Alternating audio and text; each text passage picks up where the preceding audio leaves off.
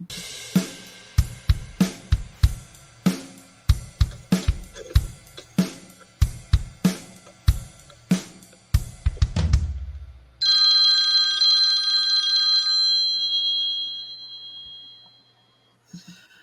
right. Thank you for being here today, poet Aviva Morse. How do you feel when writing and thinking about poetry versus other type of writing? That's an amazing question. I'm sorting through that myself. The main difference for me, I believe, is when I'm writing for something else, I'm on a mission, so to speak. I have a goal, a destination, something needs to be produced, or someone's expecting something from me. Poetry is a completely different experience for me. Something will wander into my mind, see something, experience something, or something that just times just knocks at my brain door and says, "Open up." And then I'm on an internal journey. I want to express something. I want to convey something, but I don't have parameters. I don't have a fence around it. It's almost like a childlike place of wonder. When you think about, or you're writing poetry, do you think about a topic and say, I want to write a poem about this topic? Or are you more open to whatever happens? I think both. If I'm trying to sort something out in my mind, sometimes the answer comes to me in a poetic form. And since I have no real control of the thoughts are just thoughts. And what I believe we do with them, that's where we have control, and that's where we have say about it. Other times is when I would, for instance, creating my Parsha poetry, I didn't know I was on a mission in the beginning because that process actually happened. And then it turned into a destination. Then I had an objective. I didn't know all this at the time, but looking back, that's what I sorted out. So when you say thoughts are just thoughts, where do you think thoughts come from?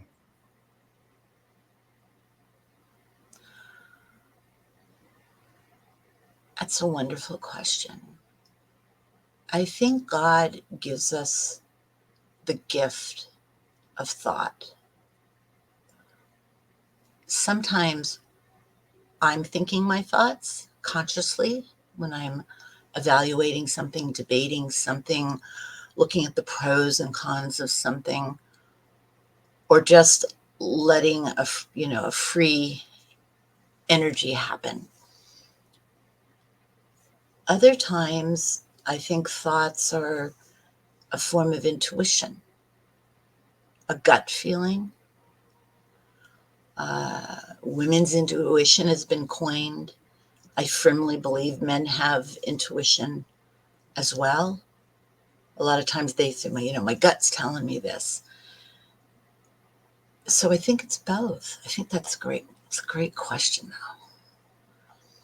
Yeah, I think about thought a lot because I do wonder with poetry where those phrases and words and the way poetry sounds comes from. Like, is it something that we just manifest in ourselves from life experience and that's the way it happens? Or if it comes from outside of us and we're more of the antenna or the conduit for it. And I think it's both. I think when I'm just writing, if I was to write, if somebody said, write a poem that rhymes, then I would probably work to write a poem that rhymes, especially right then in the moment. And that would be more of me. And then if I thought about something later on, or when the mood struck, or when somebody or something knocked at the, as you called it, the brain door and says, hey, here's an idea. What do you think about that? Then it feels different when you're writing that, whether you're pushing it or somebody else is pushing it, something else is pushing it. So with thoughts, I'm still working out like what I think thoughts are and where they come from. But certainly one part of it, or the base part of it, I think is thoughts are just our response to the world around us, response to stimulus. Like if you think about an animal, which we're all animals, was, what's your dog thinking when they're walking around the yard? Well, they're just reacting to what they're doing. But I also think they're thinking, oh, I like the breeze on my face. And I remember the time when I was in the car and I had my head out of the window, and we were running, but I wasn't putting any effort forward, but I was still having that feeling of it. Like, this is my dog thinking. I do think they think about things like that. So their thought is similar to ours. Maybe we just don't understand it, or they don't express it. And then I wonder if we have thoughts like that are coming from somewhere else, somewhere ethereal, and we don't understand it, just like our dogs probably don't understand everything we're saying, but we get the feeling, they get the feeling of it. So if you ask your dog if they want to go for a walk and they know what that means, then when you get some sort of message or information from something else, then you know what that means, while you don't know everything. Like if God is giving you a message, certainly God could make you understand it perfectly, but could also give you the feeling of it.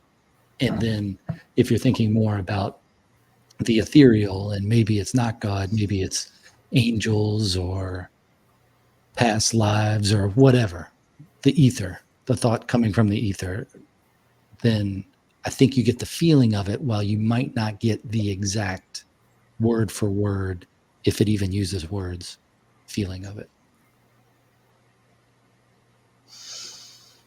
That was a lot of deep thought. Thoughts on thought. Thoughts on thought. The idea of thought, regardless where it comes from and how it comes to us, because all of this hasn't been revealed to us. That's part of the mystery, the intrigue, the interest. Going back to a picture flashed in my head while you were speaking about the dog and the air. And I was thinking about a little dog I know, and it's joyful. You can see the dog experiencing joy when it's sitting on the ground and has his little nose in the air, and he's feeling the breeze. He thinks it's an interesting thing. You can tell, because it's almost like trying to sense it, a fine line between I'm having this experience and gee whiz, I wish I knew where it was all coming from. Where's that air that I can't see? Or the times when we see, or an animal will bark and know, and we're looking, we don't see anything, but it senses something. I feel that thought and our sensory system are connected, and that the animal part of us, we have a godly part of us, the animal part of us, and that part is perceiving things on so many levels. Just like during this interview experience, there might be other sounds going on. Until we talk about it, we're not conscious of it. We filter it out. And I think that's kind of like life. We filter out, not necessarily consciously, but we do it consciously and unconsciously so that we can focus. So if I'm able to focus and not focus and filter and not filter certain things, and I have some control over that, what am I missing, or what hasn't been revealed to me? What else is actually happening in our universe that I'm not attuned to yet? And then going back to your idea about thought on thought, when those thoughts, those poetic verses just run through our minds like a ticker tape sometimes. I don't know if you've had that experience. Mm-hmm. Mm-hmm. And it's just like it's like I don't have a pen. I'm not in the right place. I'm not going to be able to create this piece of genius later. all those ideas that poets wrestle with. It's presenting in a different way, but I think it's wound up in the positive with our sensory system and with thoughts that we're not conscious of, that are also, that's another ticker tape running through the background of our minds. I think we have many slideshows, so to speak, running through our mind at the same time, and we act or we react according to the moment of what we believe is necessary at the time. For me, the past few years is where I've focused more on poetry than other writing. And I've done other writing in that same time. But for me, poetry is different. I feel like it comes from a different place. And for like writing a regular book, a science fiction book, I think for me, the thing is you think about it a lot. I listen to music and think about it. If I'm doing maybe a monotonous task or something that I can kind of put my physical being on autopilot, whether it's swimming, running, mowing the lawn, whatever, that I can also think about other things at the same time. So I think more about the story, and the story builds up and builds up and builds up until it gets to the point where it has to come out. With poetry, when I feel that, it's like it's there and it needs to come out immediately. There is no buildup of it. It's 1 minute you're doing something and then that moment strikes, and now you have to write it down. You might forget it. It might come back around later. I've forgotten enough things to realize that I need to write them down immediately. And then it kind of relaxes your mind to the point where you're like, okay, well, you have it there. So if you need to work on it, you can work on it. And if you need to think about it more, you can think about it. But that's that particular message. That's however everything lined up at the moment to get that message through.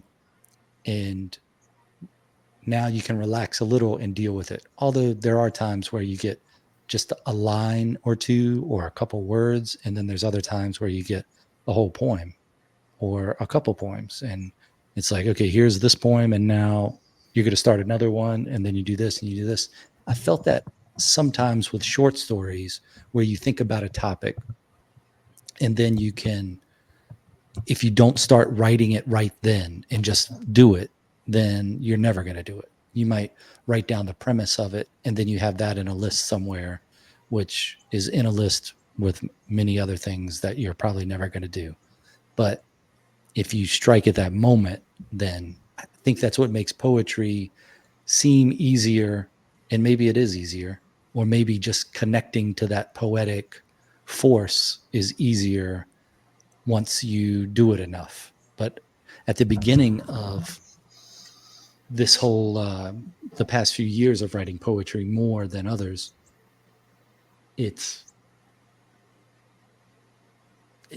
I worried after the first year because I had a goal of I'm just going to write one poetry book. It'll be out of my system. And then I'll go back to writing science fiction or just regular fiction. And then after that first year of setting that time aside and thinking about it more and kind of not shutting out and not trying to ignore those messages or those ideas, that then after that year and the first book was done, I couldn't stop. The messages would keep coming. So it was almost like if the creative force for poetry resides in a place, which I do visualize it residing in a place, that I've been there so many times that it thinks it can just talk to me whenever it wants. And I think that's that part of not ignoring it. What's your view of where that poetic idea comes from versus other writing then?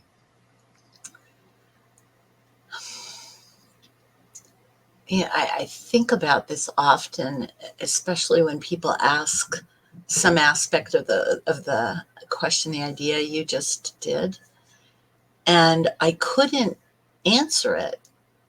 I didn't know how to answer it. And what's interesting, as I was listening to you speak, I was getting feelings. It was talking about that sensory, like, oh, yes, Mm-hmm. yes, but I don't want to say anything right now. And what if I forget? I was laughing because I'm inside, because I'm like, oh my gosh, I'm having the experiences right in the moment that he's talking about. And then a little flash of poetry, not a major epic, but just, Write that down. Yeah, write it down. but I didn't, and so it was wild to be having that experience as you're talking about the experience. There were days when I was writing my Parsha poetry because I posted every 6 days. And when I was beta testing my project, and had I thought that through, or thought I was even going to do something like this, I would have run, or at least I would have written a deep poem about running and hopped on the nearest stallion and got out of town.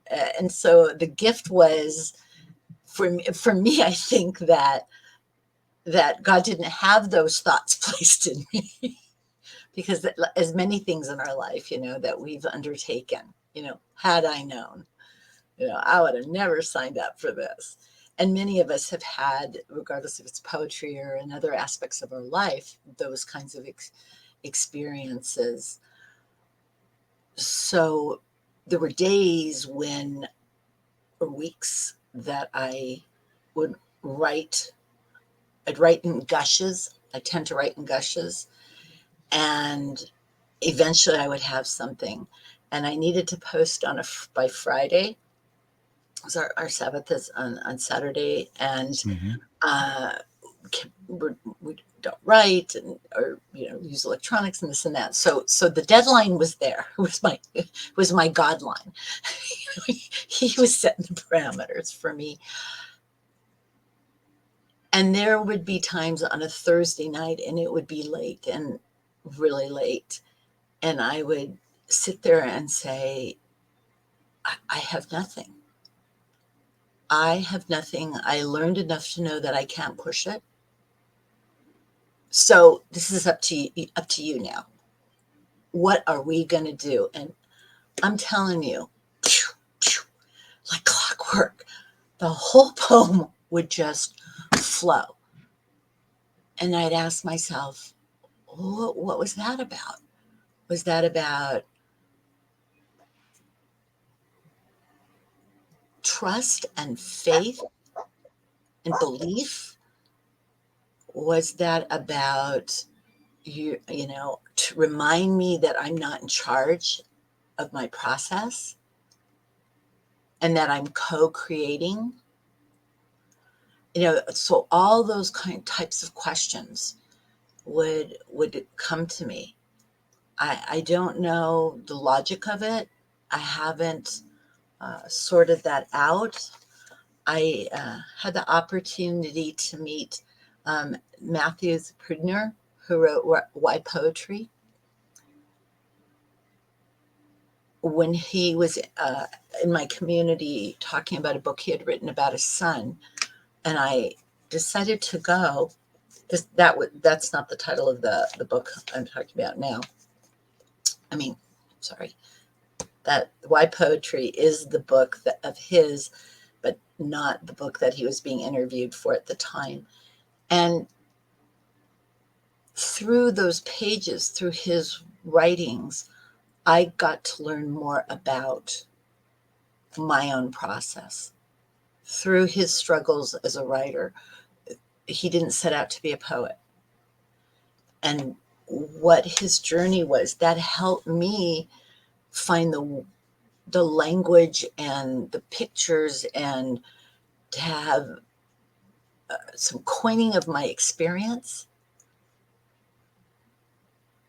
so that I could begin to talk about it, because I didn't have the language to talk about what I was experiencing. This is very new for me to talk about it.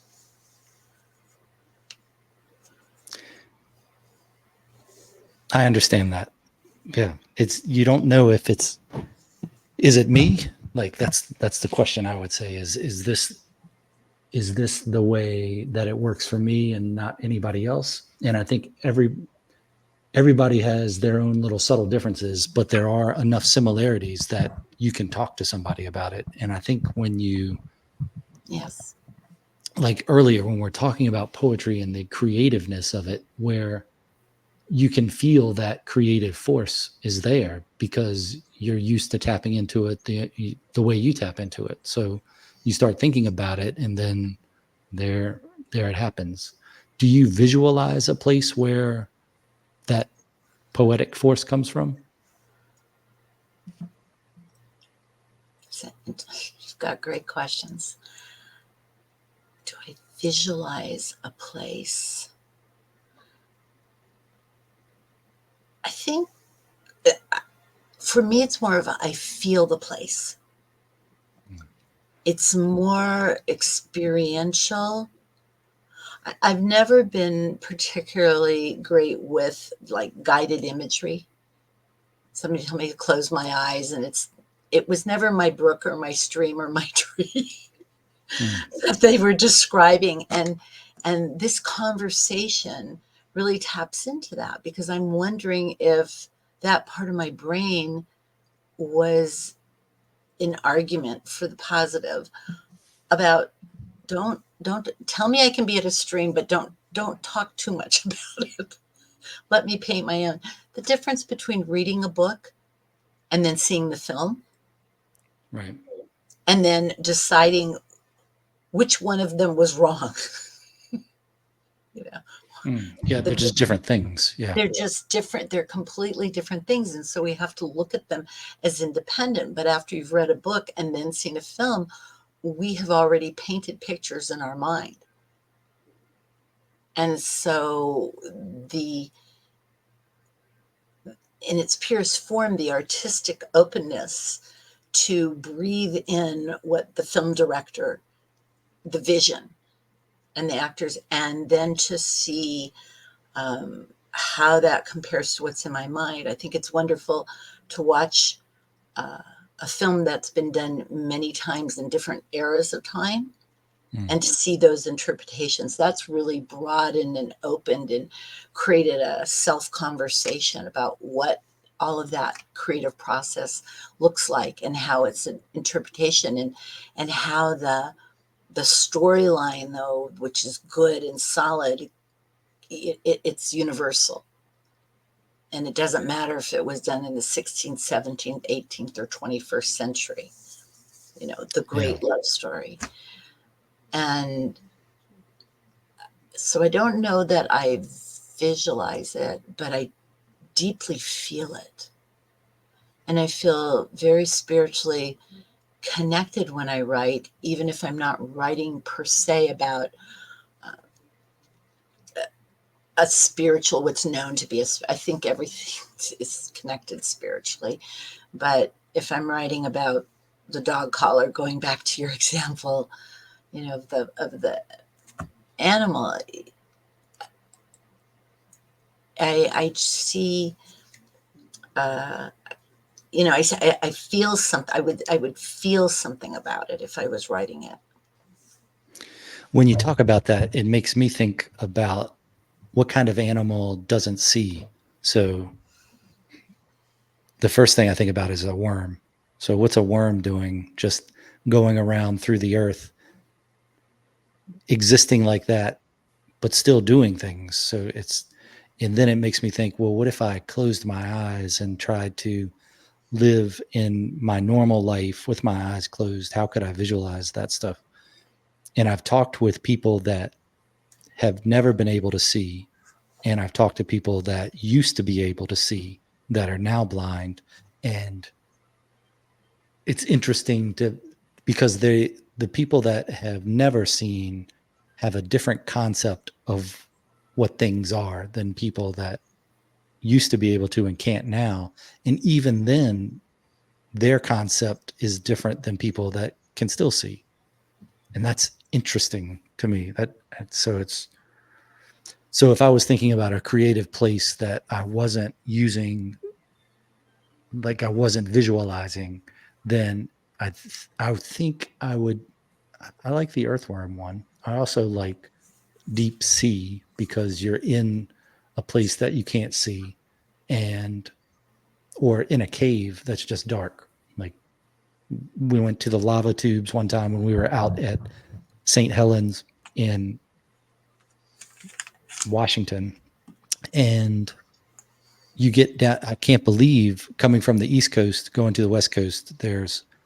They let you do a lot more dangerous things. Like there's less railings on the West Coast. Some places you get to California, and then the nannyism gets to you. But my experience was if you were on the East Coast somewhere going through a lava tube, they would have lights available, or they would give you a flashlight in case your light stopped working, or there would be checkpoints or something you could do that if you got caught down there without it.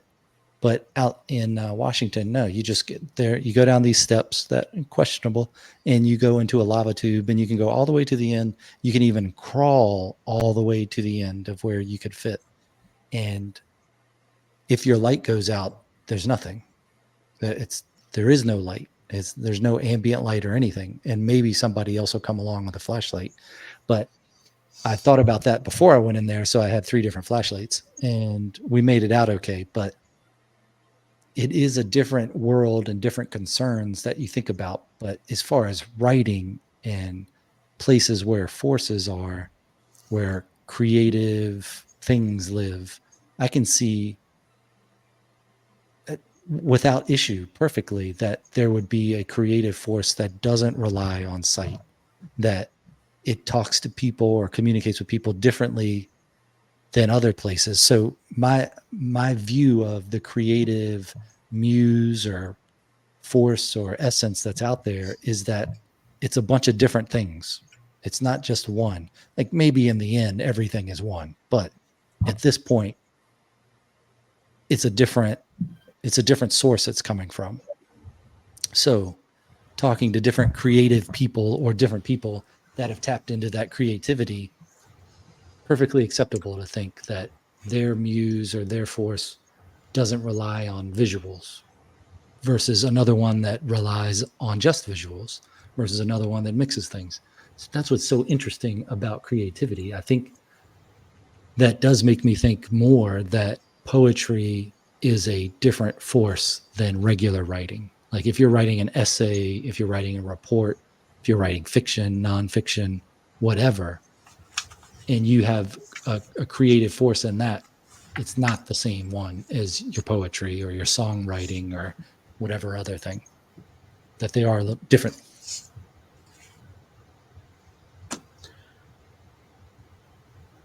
They are for me as well.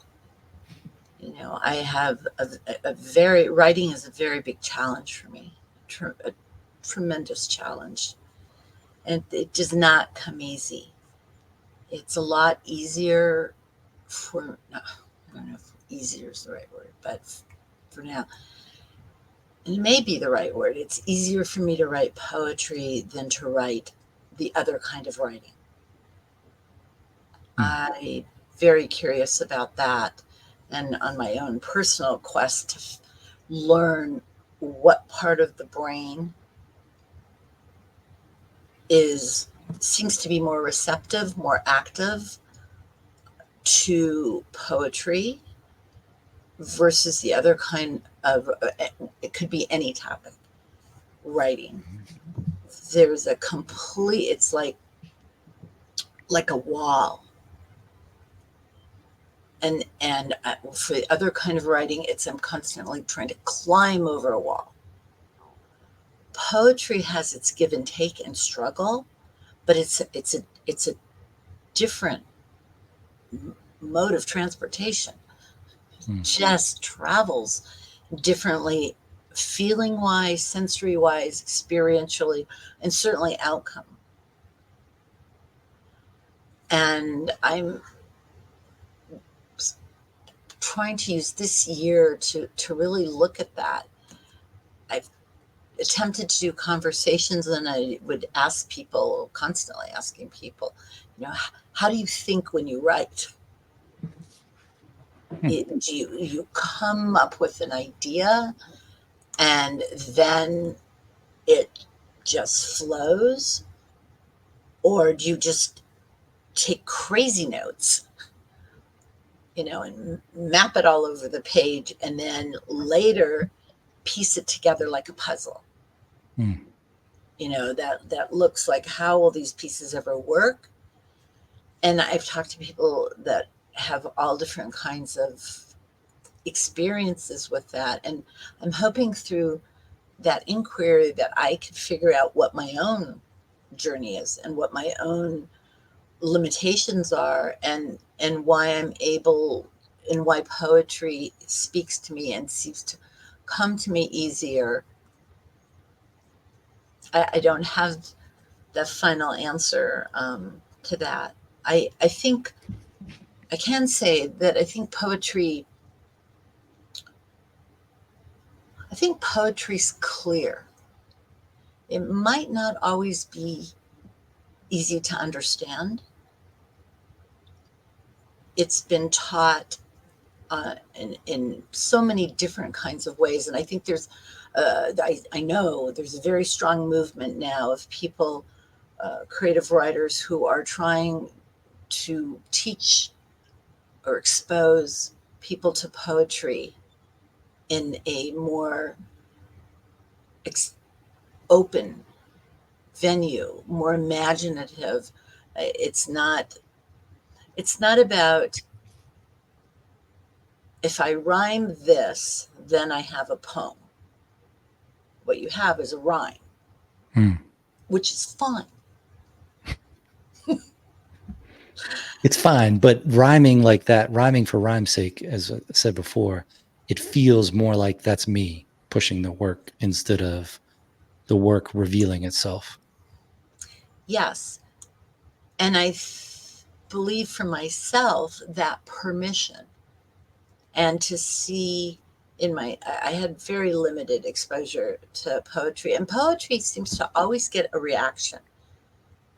When you say to somebody, do you like poetry? Boy, I like it. I don't like it. I don't understand it. Somebody forced it down me. I can't write. I mean, they don't think about their reaction to it, as for the most part. They speak up. Where I could ask them on another aspect of writing, and it's like, well, I haven't really read enough, and I really should look into it more, or yes, I love it. But poetry seems to be this visceral response, and that kind of goes along with what we've been talking about in terms of, where does thought come from, and knocking at the brain door, and is it sensory, or the idea that you brought up of the worm. And creativity comes to us through many venues and in many ways. And what I've had to learn is I just have to be open to it and not direct it,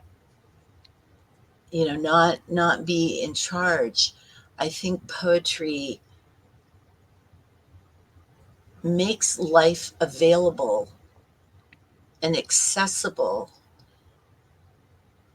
and captures our essence. And so it's okay if the writer had an idea, or maybe the writer wrote the poem and then looked back and said, gee, I didn't see this myself. And now I'm seeing it in my own writing. And then the reader can have their experience, and it's all okay. And I think the okayness of it and the confirmation that whatever you read or whatever I read or write, that we can have the conversation, going back to what you had said earlier, is that we might be writing poetry and it might come to us or experience it differently, but there's enough commonality to have the conversation. Yeah, I think put it in a different metaphor here. A swimmer, anyone can swim, but there are people that like to swim better and put more time into it and can do it much better than other people. So I think that's the same thing for a lot of pursuits, and poetry being one of them. And that a lot of people don't like poetry or don't work on poetry, or it doesn't resonate with them because they're fighting it. So why they're fighting it, I'm not sure. But if you didn't want to swim, you would not want to swim. But if you see those connections in poetry, you hear that tone and verse, that's more than just rhyming. I understand rhyming is fun, and every now and then a rhyme comes out, but I'm not sure that the poetic forces of the world are concerned with rhyming. I think they're concerned with the tone and the flow of it.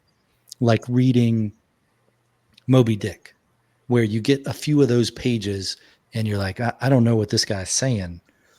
And I'll look up all these words and try to figure it out. And it'll take me a half an hour to read a 3 or 4 page chapter of Moby Dick just to understand all the references.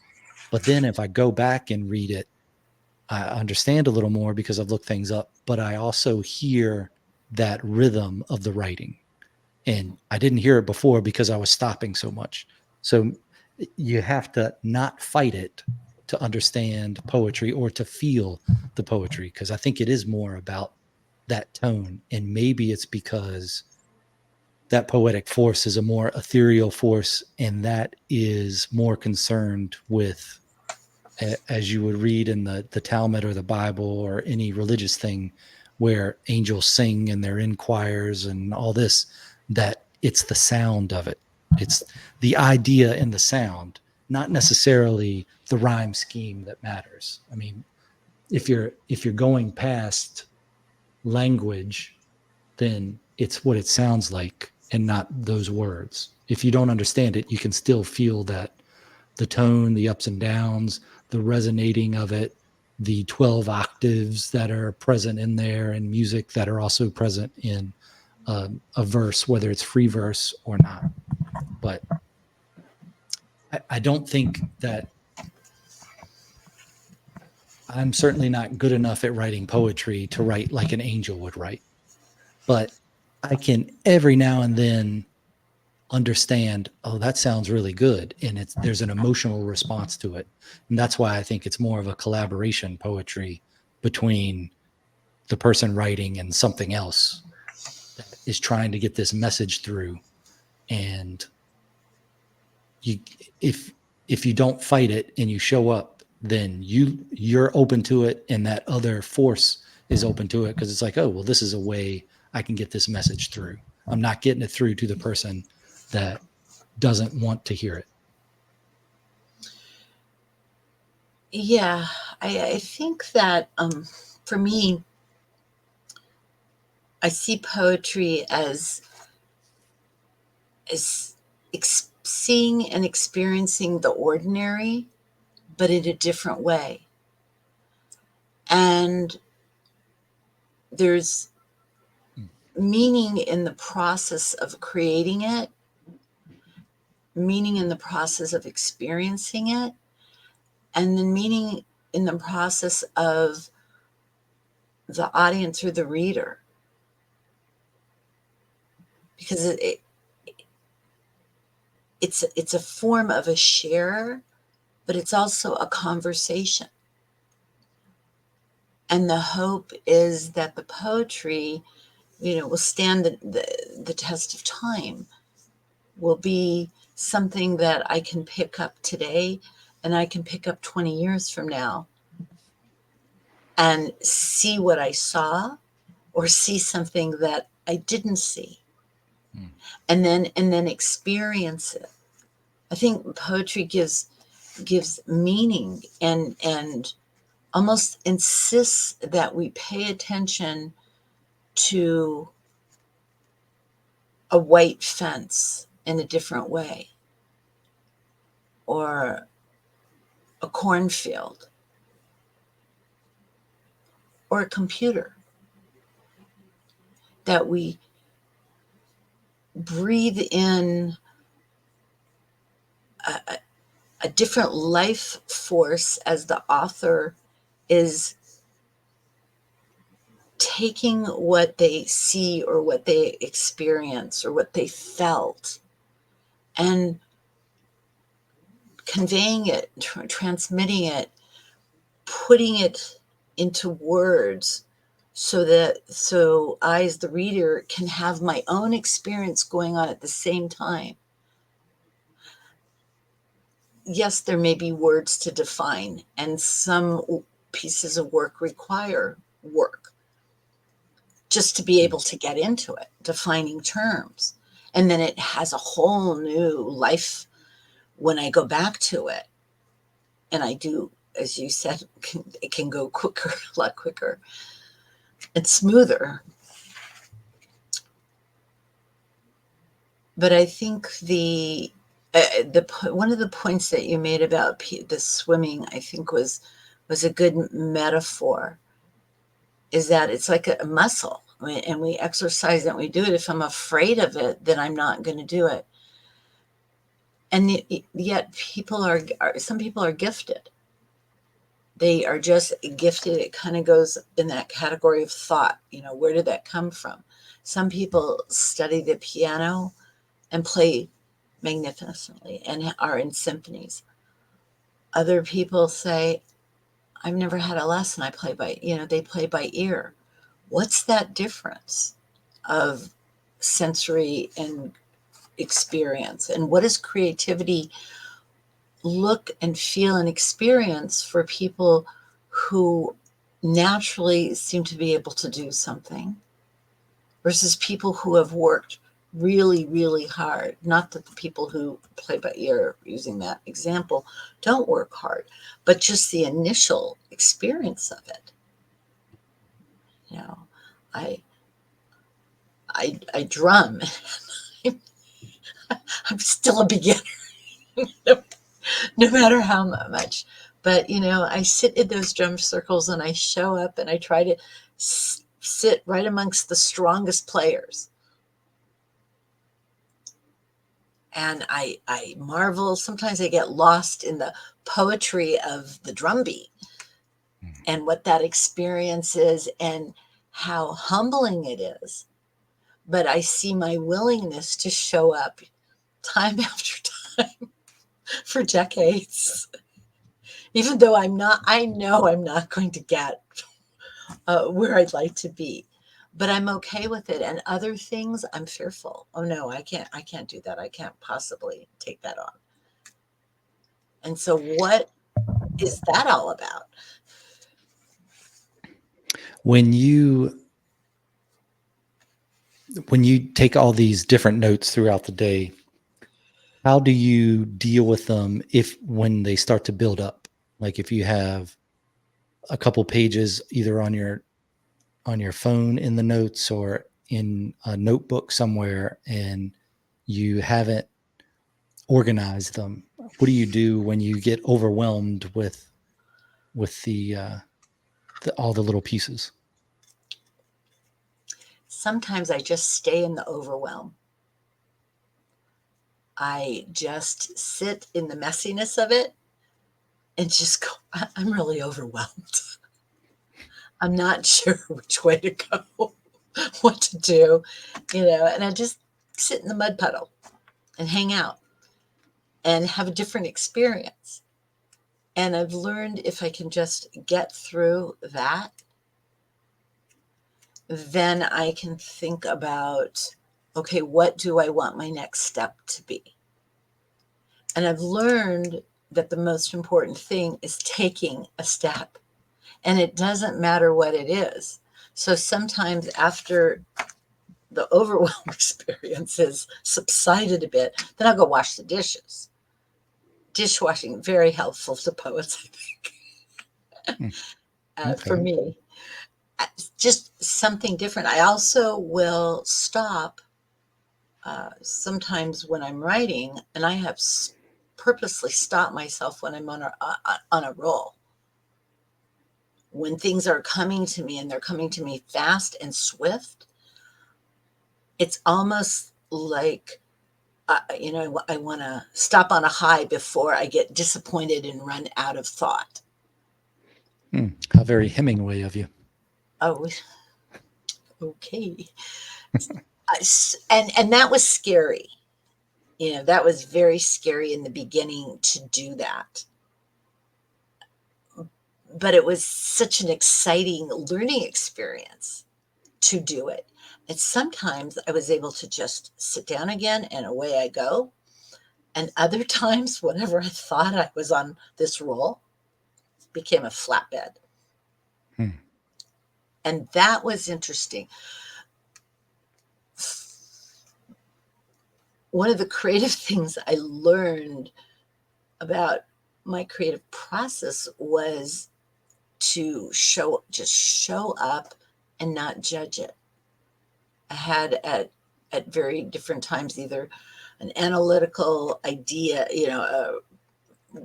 idea that I should be really taking notes on my process and figuring this out and trying to understand, and that put me too much in the overwhelm.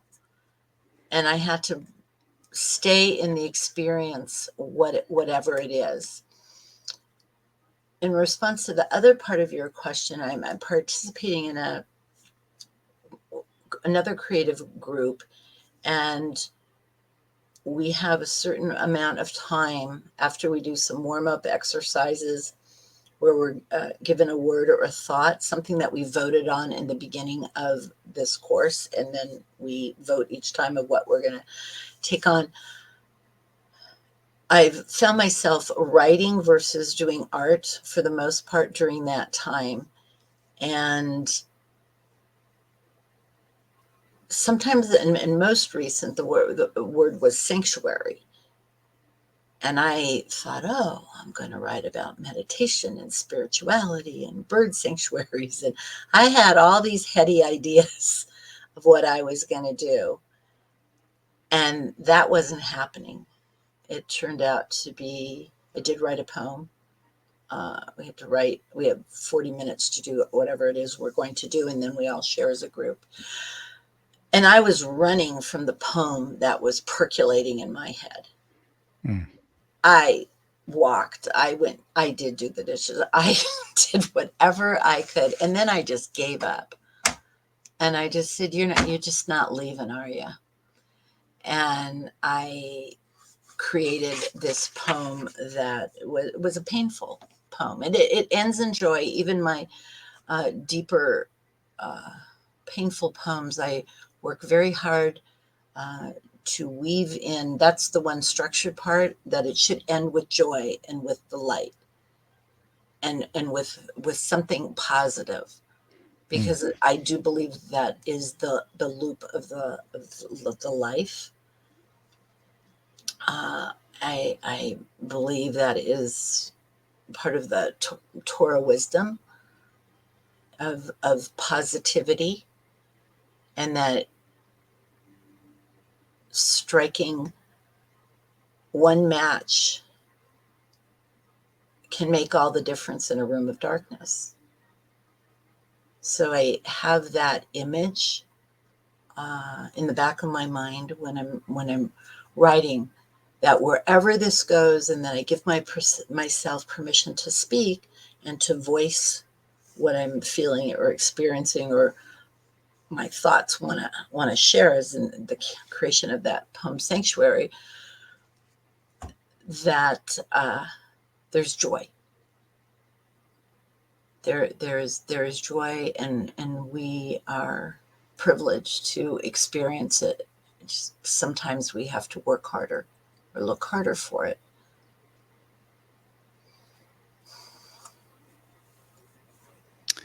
Yeah, I agree.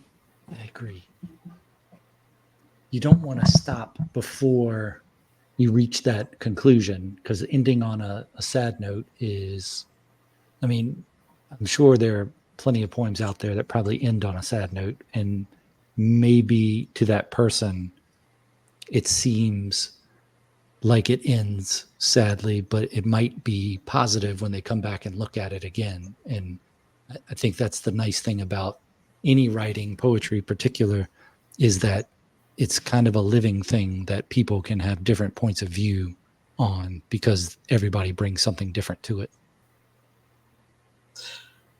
Yes, I think there's room for everything, and everybody's expression.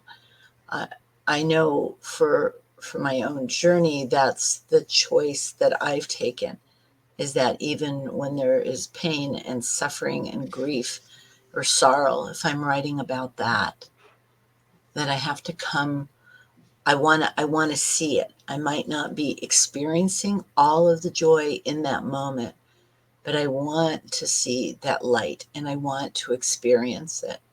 And all of my Parsha poetry poems do all end on that note, on the idea of there is room and space for the creative, the creator, when he was creating, when the world was created, and the 54 parshas speak to all the different aspects in the Torah of, and all the different stories, and some of them are not particularly pretty, and they're difficult, and they're challenging, and we have to swallow and breathe, but that there is light, and that the whole purpose of creation was to create light, and that the earth, our job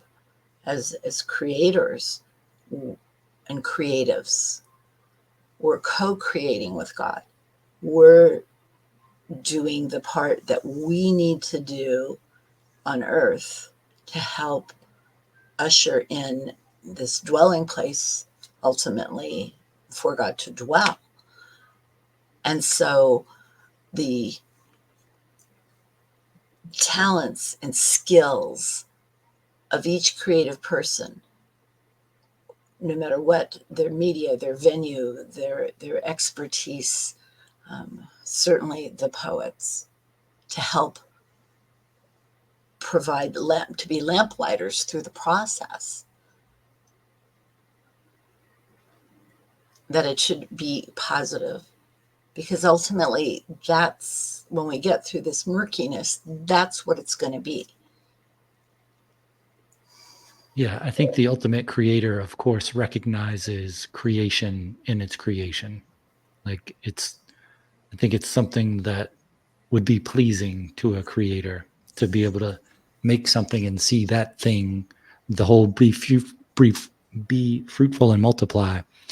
I know it means go out and have a lot of kids, but I also think that it means do something. You know, when you get to the story of the talents and all that, it's don't just bury it, go do something with what you've been given. So whether it's making other people, or whether it's doing something in life that's bigger than yourself, or whatever, you know, it's, you could even say it to a plant, you know, go out there and do plant things, you know, have other plants do the gas exchange. So you're breathing in the carbon dioxide and the other animals are breathing the oxygen, and, you know, be a part of that. Go out there and do something. Yes, talents and skills and aptitudes, capabilities and abilities were not randomly, they didn't just randomly show up. They were given to us, and each person needs to find what theirs is. And sometimes it flows, and sometimes it's a challenge. And we have to even dig deeper, and it's like an onion, and you think you got that down, and there's another, peel that's going to come off.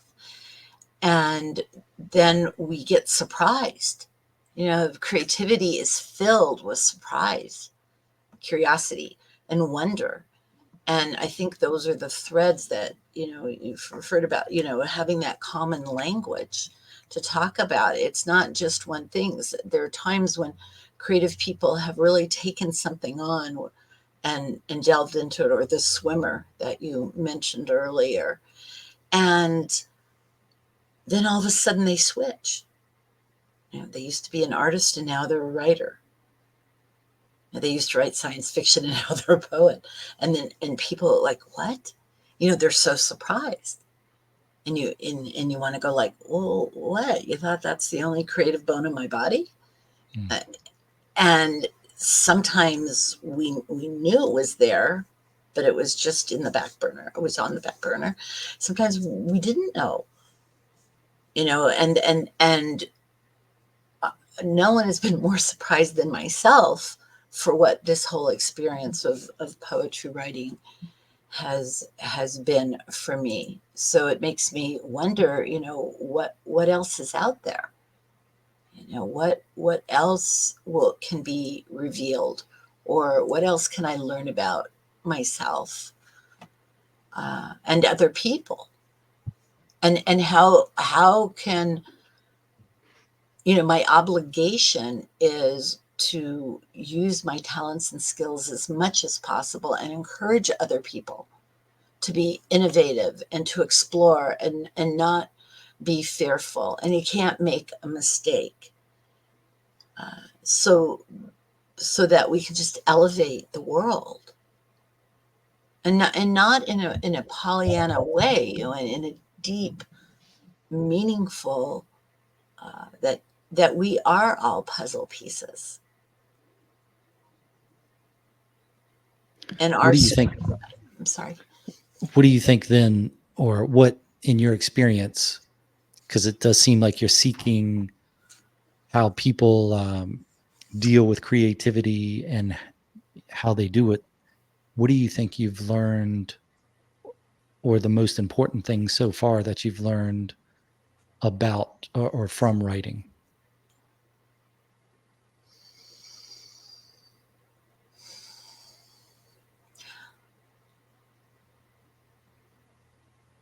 I learned what happens when I don't run away.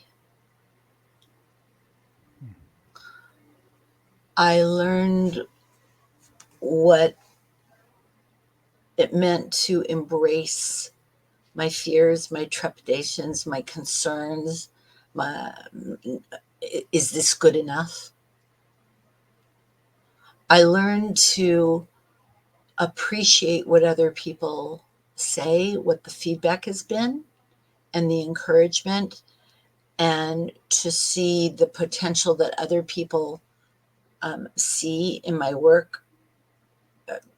So one teacher as highly suggested I develop it into an actual curriculum. I wasn't thinking that writing poetry. I was just trying to get the next poem out before a Friday. And so seeing myself through other people's eyes, and then seeing myself differently through my own experience, and confronting my own challenges of writing, my own personal challenges. But I think it sums up into not running away and running towards the light.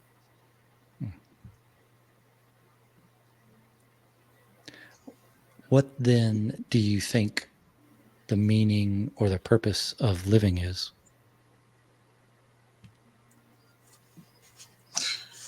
He's got great questions. How do you answer that?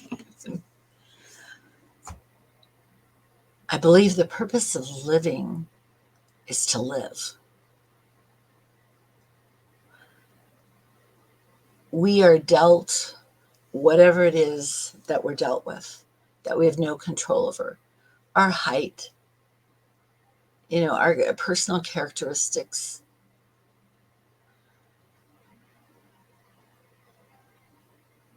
And that all means something. How we present matters. We learn through our living to react to what we see. And then speech comes in. And the frame doesn't matter as in the same way as what is being conveyed. I think living our life to our fullest, to the best of our capability, to make this world a dwelling place for God, for Hashem, to get it ready, to do my part, to not look over my shoulder and say, oh, I wish I would have, I should have, I could have. To focus on what I did, what I've done. And part of that living is encouraging others to be joyful and to bring out whatever talents and skills they have to help them live their life. That was actually the message at the end of each of my Parsha poems, is a message to the Passionista. So the beginning part of each poem is a summary, so to speak, in poetic frames of what the Parsha, the portion of the Torah, was for the week. And the second part was titled The Message to the Passionista. How can we better our lives? What was the creative message embedded in that Torah portion in the Parsha that I'm supposed to learn and get and enforce within myself and with other people? And so each Parsha poems ends with questions or supports or something to help the person live better, to live well. So I really appreciate the question. I think about that one a lot, and I think that's one of the big questions of humanity is why are we here and what are we supposed to be doing? And from a religious standpoint, my religion or religious upbringing is Christian, went to a Catholic school for college and minored in religion. So looked at a bunch of other stuff, did some philosophy, read a lot of different religious books. So the Judeo-Christian, that's probably what was instilled in me when I was young. And when you get something instilled in you when you're young, I don't think it's never gone. So when you have, maybe that's a different topic about like holy wars and things, and I can understand why those happen, because you're never going to change a person's mind totally from what they learned when they were young, for the most part. So, but as far as the why we're here, why we exist, I think Whitman has a great poem about it. But to answer the question, if I ask a religious person, certainly the Christian side would probably say to glorify God. And then my follow-up question to that is, what does that mean, to glorify God? And that's very similar to your answer of the purpose of life is to live life. And I think the way it's a great answer. I like both of those answers, to glorify God and to live life. But it means you have to experience and understand things to be able to know what that answer means. And for me, living life means experiencing life, to take this perspective that you've been given and to feel the emotion and experience life, experience the good and the bad. And that does, for me, make it easier to deal with the bad, because I'm thinking, okay, this is what it's about. You're here to experience this for whatever reason. And I mean, the bad's still the bad, but you got to experience it. So I think that over the past maybe 5 to 10 years, I've had a different view of the reason for life. And that is very much like your answer of it, which is to live life, to experience it. And I don't think it's because I didn't know it before. I think I just didn't think about it as much as I have thought about it now. And maybe experience gives you those different things to be able to associate with, to be able to understand a bigger, more complex issue, but state it so simply, as in either the purpose of life to live life, or the purpose of life is to glorify God, which I have a different answer for. But yeah, the examined life, certainly. It's an examine life, a life lived. And I think you brought up an important point. It's, or at least how I interpreted it, it got me thinking, there are people walking, they don't know why they're here. And they will tell you that. And while we all have maybe gone through in our youth all different kinds of explorations, different kinds of readings, different kinds of paths, I personally have seen people who have been brought up with whatever they have been brought up with, and they have changed. Like, they literally change, their soul changes as they evolve into a new understanding. And it's a process that once somebody's on that, seriously on that journey, you can't stop them. They're a force. And that's been an amazing, there's one of the members in one of my group who, it's just a marvel to watch the change and the growth, and to be a part of that, as the learning and the person's willingness to show up, and willingness to address and confront whatever our personal challenges are. We have in life the things, the opportunities, the situations where people applaud us, and then we have the things that we applaud ourselves. It might be a little thing, but we've mastered it, and we go, whoa, I did that. And we're just in our own little glory. I think that living life is the most important thing. I also believe there an understanding of what is the purpose, what is greater than me. We refer to the creator as the creator. That in itself, I think, is a clue for the creatives.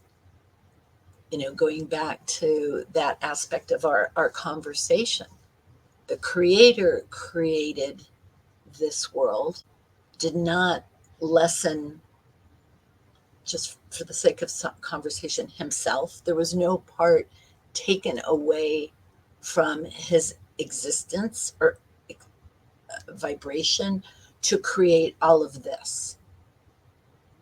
And so we're in this experience, and we believe from a Torah point of view, that we are creating a dwelling place for Hashem. That eventually that is the goal. And all the good, and as you referenced, all the bad, it's all meant to be part of a process. I'm a piece of this. I can't fix all of it. I can't solve all of it. But I can do my part.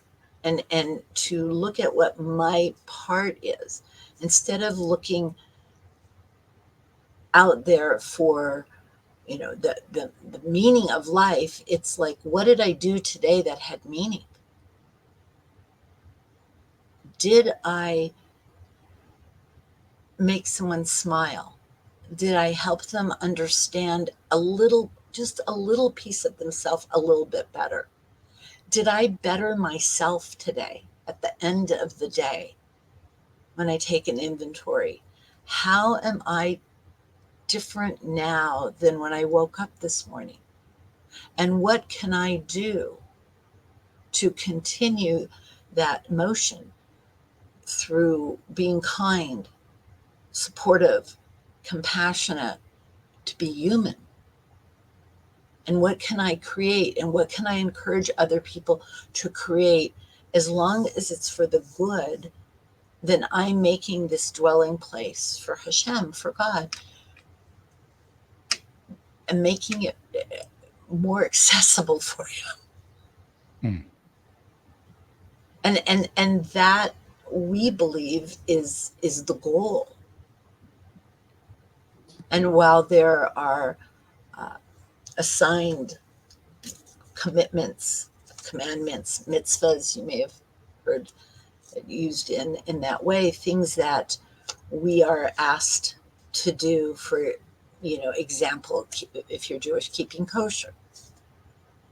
If you're not Jewish, there's the Noahide laws, and that also has a blueprint in there of how do you can't eat an animal in the Noahide law, that's partially dead. It has to be completely not alive to eat it. So these ethical teachings are there. They're there for us, and they're there for us to question and debate and argue about and explore and experience within ourselves to help us grow. But ultimately, God's idea is, this is what I need. This is how I need the earth to be, so that I can join you. Now, why he wanted to do that is, like you said, another conversation. And what was going on in God's head on any given time, where it's, I'm going to create a world. And this is going to be a world like, has never been created before. And what that longing was about. And I think the longing that God had to create a world, a little bit of that is infused in us as creatives, as poetry writers for today's topic. There's a longing, there's a need. When poetry hits us as poets, we can't turn it off. We've got to write it down, or hopefully we'll remember whatever phrase or whatever it is, and we have a taste of that godly experience, of that creativeness, and it's a gift. Yeah, I think it's somehow a connection with our immortal soul, our larger self, whatever that is. If it's a self, or if it's part of something else, whatever, that we recognize it even in this human form, which is so much simpler and so limited to whatever else there is, that we couldn't possibly understand everything with this human self. So we have to accept that there's horizons we can't see beyond. But when you take those messages of whether it's comfort or hope or whatever it is, just that feeling that maybe it helps you not be homesick for that permanent you, or the universal you, or whatever it is, that it's extruded down so much and simplified so much so a human can feel it, that you go, oh, okay, there's emotion in that. There's connectivity in it. Other people can see it, even if it's not in the exact same way. It resonates. it's because there's a truth in that, big T, little t truth in that, and you recognize it. That part of you recognizes it. So, yeah. I love that word you used, recognition.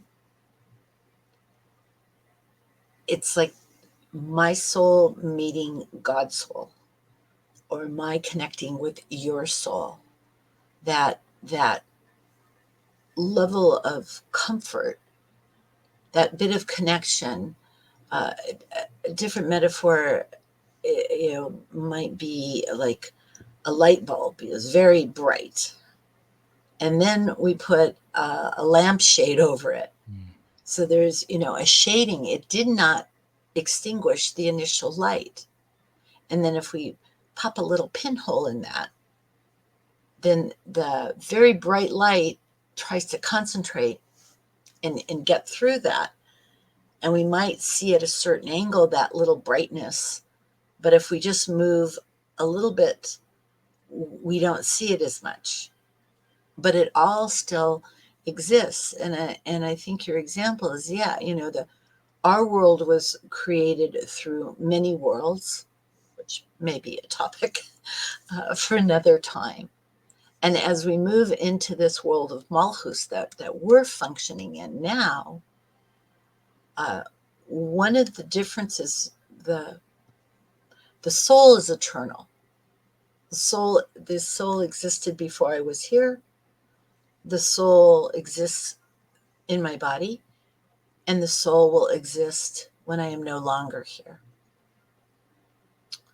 The body on earth, the miracle, the joy, the difference is the soul can't do actions. Only the body can do actions. So if I use my hands to create poetry, then I am using my hands in a godly way, expressing my talents and skills. If I use my hands and my arms to carry a load for someone who can't do that, then I am doing holy work that the soul cannot do, but I am physically doing it. And so the body is not an afterthought.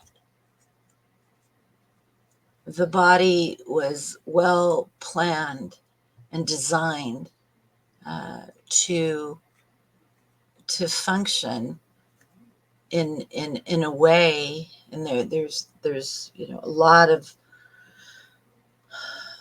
explanation about the body, the parts, and the internal organs, and what they all do and what they all mean spiritually. And when we look through different aspects of learnings and teachings, you see a thread through all of this. There is purpose. There's no civilization that existed that created more than 7 days in a week. With all the differences we have in the world and all the debates and as you mentioned, holy wars. But no one's tried to recreate the week because it's a godly thing. The world was created in 6 days, and on the seventh day, he rested. And what does that really mean? The bottom line is he stopped creating. So again, that we have that language of creation and creator. It was the day of rest. It's an elevated day. There was no more newness coming in. It was what do you have? And he rested, and that's part of that commandment to rest. Appreciate. Stop. For us, when we experience the Shabbat, the Sabbath, and the seventh day, the phone goes off. It's sundown Friday night. The phone goes off. The computer goes off. Our connection to the world, and you're experiencing the world on a completely different level. you experience it, it's a gift. And people who are new to it, go through an adjustment period, but then they said, how did I live? How did I possibly exist going 24/7, 7 days a week? How could I go on without having this one day that says, stop, I'm going to be in the most godly place on earth that I can be and not do all of these things, and I'm just going to experience this. And the worm, as you mentioned, is probably experiencing that a lot. So, we don't know all the intricacies, and all the things get revealed as they're meant to, as they need to. And as,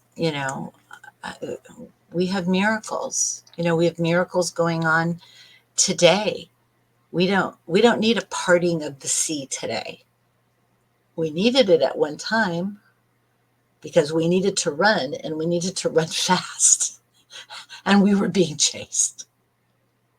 And people can come up with scientific reasons of what all happened and how that happened and what was going on in the atmosphere. The sea parted. And people ran, and people got to the other side.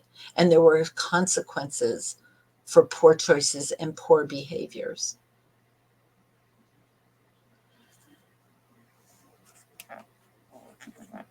I try to be conscious of the miracles that happen in my life now, at the level that I need them, and the level that other people need them. Parting of the sea at one point in time, but there are miracles still going on today, and we've seen them. And they're miracles that we need, and we call them miracles, but it's all part of the plan. But God doesn't want us to rely on miracles. He can make a miracle any minute, at any point in time. The laws of nature are only according to God. He could switch that up, right? But he wants us to show up. He wants us to be our most best creative self and share our talents and our skills to whatever level without judgment. That's our job. Yeah, very nice. A lot to think about, a lot to cogitate on.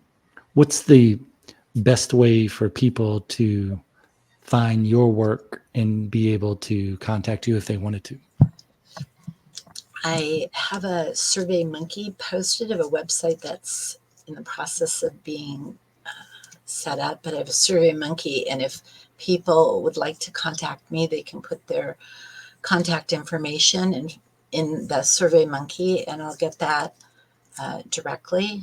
I'll also have a link with some of the snippets from some of my Parsha poetry, and put that up so they could use it as writing poetry prompts if they like. I have one poem posted. I also, through the Mastermind, have that interview and the reading of one poem posted, but you go through that. And then I just wanted to share there's an upcoming CAJE conference. It's a Jewish educators conference, and they're interested in looking at how this might look for students and adult learning for teaching. I think poetry is showing up, and thank you Very so nice. much. Those all those links will be in the show notes, so if people want to check them out, they can. I think on YouTube, it hasn't gotten to the point where you can just click on it. You might have to copy and paste it, but when it's on Spotify and Instagram and X, you can just click on them. There'll be actual links. Is there anything you wanted to talk about that we didn't, or any thoughts in closing that you have?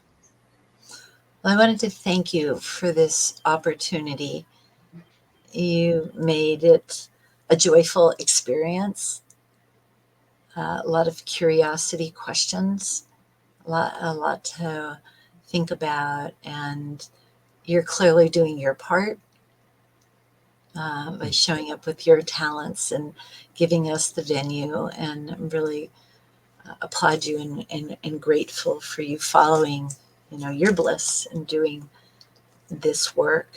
I hope that people will read my poetry and ask questions. I'm happy to share as everything is in formation right now. Yeah, thank you very much for your time. I took a lot of notes, so I'm going to have to think about some things. So it's good. It's whenever you talk to somebody and you see a different way to look at something or something to think about more in depth, that's always a win, I think, because you can add that to your knowledge base and just daily thoughts. I like that. Again, thank you Yeah. very much for your time. Those links will be in the show notes, and I'll talk to you on the other side of this musical exit if you have the time. Thank you again. All right. Viva. Thank you. Viva.